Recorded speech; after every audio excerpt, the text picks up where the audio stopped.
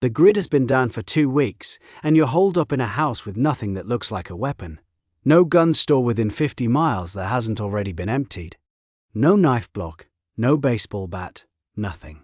But there's a dead washing machine sitting in the garage, the same one you cursed every time it ate a sock. And right now, that broken appliance is one of the most dangerous objects you own. You just have to know how to read it. Most people see a washing machine as a heavy white box full of mystery. A survivor sees a parts bin. Inside that humming coffin of a machine is some of the densest, most useful raw material in the average home.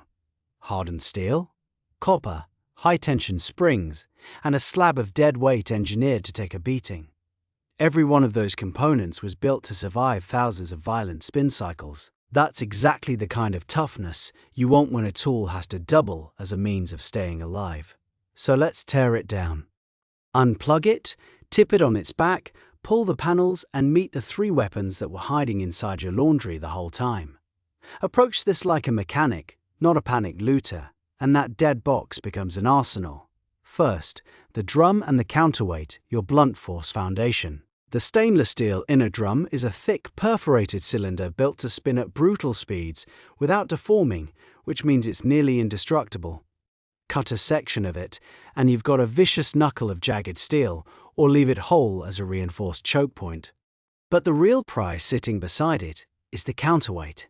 That massive block of concrete or cast iron bolted to the tub to keep the machine from walking across the floor. Strap that dense slab to a sturdy handle, and you've built a maul that can crush a lock, a door hinge, or anything foolish enough to get within swinging range.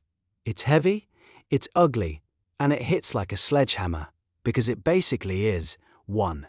Second, the suspension springs and the spider arm, your reach and your edge. A washing machine is held together by thick, heat-treated tension springs that suspend the tub, and these are no joke. Stretched, anchored, and released, a high-tension spring stores serious energy, which makes it the heart of an improvised trap or a launching mechanism for a spike or bolt. Straightened and sharpened, that same spring steel takes and holds a wicked point. And the spider? The 3-armed aluminum or cast bracket that holds the drum hands you a ready-made warhammer head, a heavy multi-pronged chunk of metal begging for a shaft. Spring steel is the same family of metal people forge knives from, so you're not improvising junk, you're harvesting weapon-grade stock. Third, the motor and the wiring harness, your hidden killer.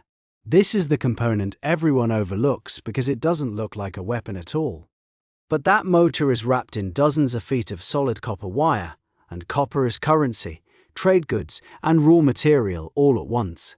Stripped out, that wire becomes snares, trip lines for early warning, lashing to bind your maul head to its handle, and the conductor for any electrified deterrent you're clever enough to rig. The motor's permanent magnets can hold a blade, recover dropped steel tools from rubble, or trigger a simple alarm.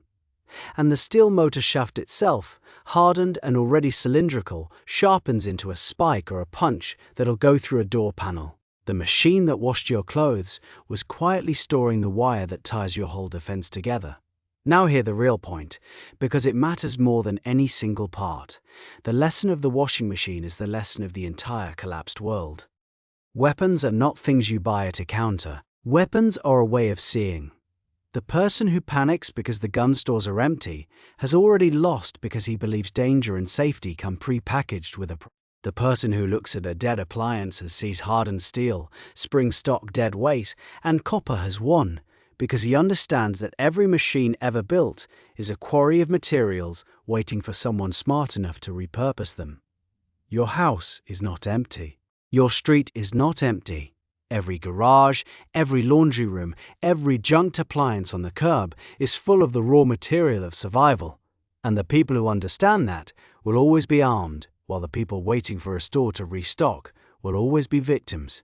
Stop seeing objects for what the label says they are, and start seeing them for what they're made of. Tear it down, build it back into something that keeps you breathing, and never let anyone convince you that you're defenseless because the shelves are bare. Stay sharp, stay dangerous, and I'll see you in the next one.